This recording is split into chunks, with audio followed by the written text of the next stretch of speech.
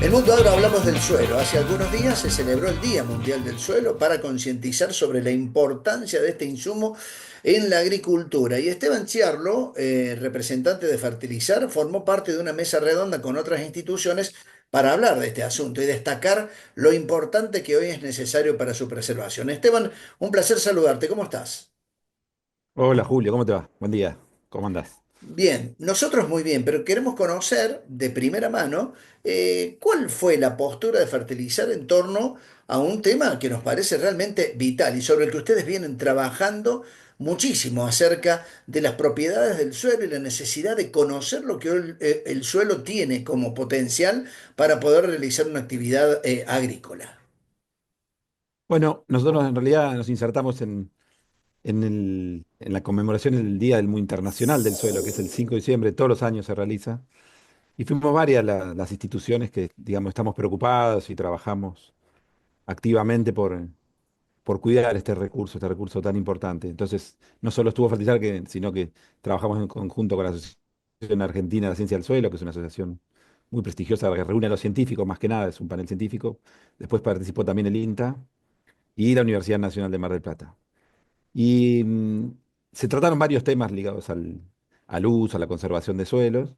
A nosotros nos tocó participar en una mesa redonda que tenía más que ver con el lema que tenía. Un poco la FAO es la que baja la línea de en cada año de qué eslogan o en qué nos concentramos.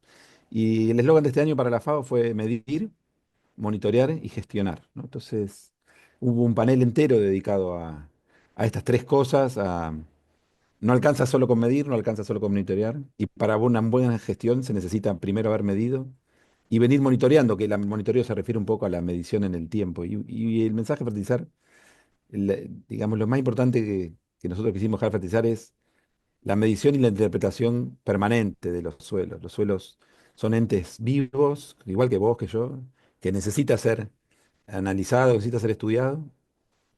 Y en ese sentido proponemos de que el análisis de suelo es la herramienta más importante aún hoy, con todos los avances tecnológicos que hay y que se vienen dando en los últimos años. La verdad que si uno piensa hace 20 años cómo era nuestra vida, era súper distinta en un montón de cosas. Y el análisis de suelo hace 20 años era la principal herramienta para diagnosticar la salud del suelo, y hoy sigue siendo la misma. Sigue siendo esa herramienta.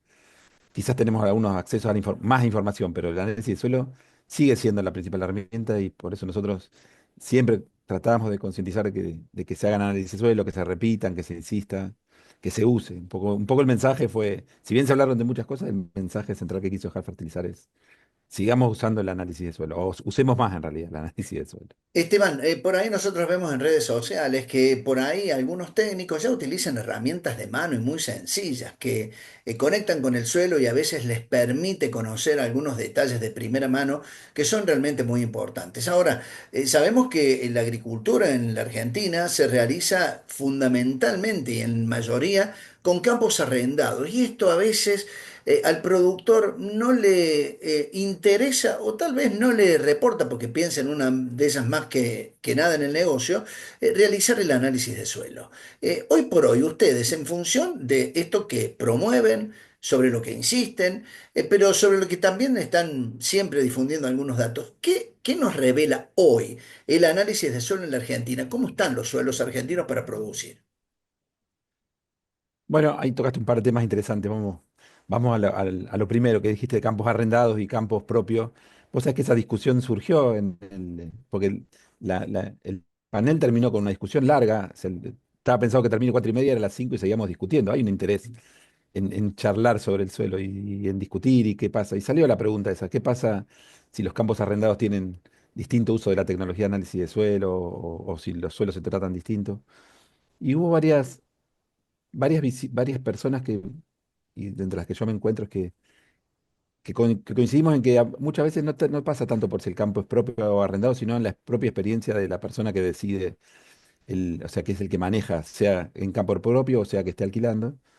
Y en general que tiene tendencia a hacer análisis, el que le ha ido bien haciendo análisis, fertilizando con la adecuada cantidad de nutrientes, lo hace tanto en campo propio o arrendado.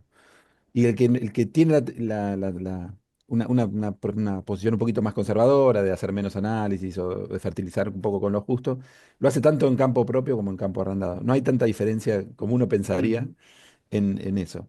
Por supuesto que a veces pasa que el que arrienda campo tiene expectativa de corto plazo y a veces sí lo piensa dos veces en fertilizar, mejorar el suelo. En eso sí quizás tendríamos que, los técnicos sobre todo, avanzar en la concientización, sobre todo hacia el dueño del campo, ¿no? Cuando se negocia con el arrendatario en algo que le sirva a los dos, porque realmente conservar el suelo le sirve tanto al dueño del campo, por supuesto, porque es su propiedad, como al arrendatario también, porque cuando uno fertiliza, la verdad que la rentabilidad, generalmente se da margen de rentabilidad positiva. Entonces, sería una situación donde si se podría concientizar un poco más, sobre todo al dueño del campo, sobre todo cuando no pertenece al sector, ¿no?